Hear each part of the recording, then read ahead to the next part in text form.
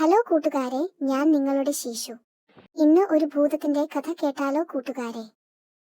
പണ്ട് പണ്ടൊരു ചെറിയ ഗ്രാമത്തിൽ മാന്ത്രിക ശക്തിയുള്ള ഒരു ഭൂതം ഉണ്ടായിരുന്നു. ആർക്കൊരു ഉപദ്രവം ചെയ്യാതെ ആളുകളെ സഹായിക്കുക എന്നതായിരുന്നു അവനിഷ്ടം.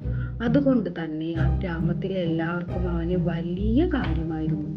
ഒരു ദിവസം ഒരു കുട്ടിയുടെ പന്ത് കിണറ്റിൽ വീണു. കുട്ടി സങ്കടപ്പെട്ട് കരയുന്നത് കണ്ടപ്പോൾ ഭൂതത്തിന് വിഷമമായി. അവൻ തന്റെ ശക്തി ഉപയോഗിച്ച് പന്ത് പൊക്കിയെടുത്ത് കുട്ടിക്ക് നൽകി. കുട്ടിയുടെ മുഖത്ത് സന്തോഷം കണ്ടപ്പോൾ ഭൂതത്തിന് വലിയ സന്തോഷമായി. പിന്നീട് ഒരു വയസ്സായ അമ്മൂമ്മയ്ക്ക് മരുന്ന് വാങ്ങാൻ പൈസ ഇല്ലായിരുന്നു. വിഷമിച്ചിരിക്കുന്ന അമ്മൂമ്മയെ കണ്ടു ഭൂതം തന്റെ കയ്യിലുണ്ടായിരുന്ന സ്വർണ്ണ നാണയങ്ങൾ അവർക്ക് നൽകി. അമ്മൂമ്മയുടെ പ്രാർത്ഥനകൾ കേട്ട് ഭൂതത്തിന്റെ മനസ്സ് നിറഞ്ഞു. അങ്ങനെ ആ മാന്ത്രിക ഭൂതം ആ ഗ്രാമത്തിലെ എല്ലാവരുടെയും പ്രിയപ്പെട്ടവനായി മാറി.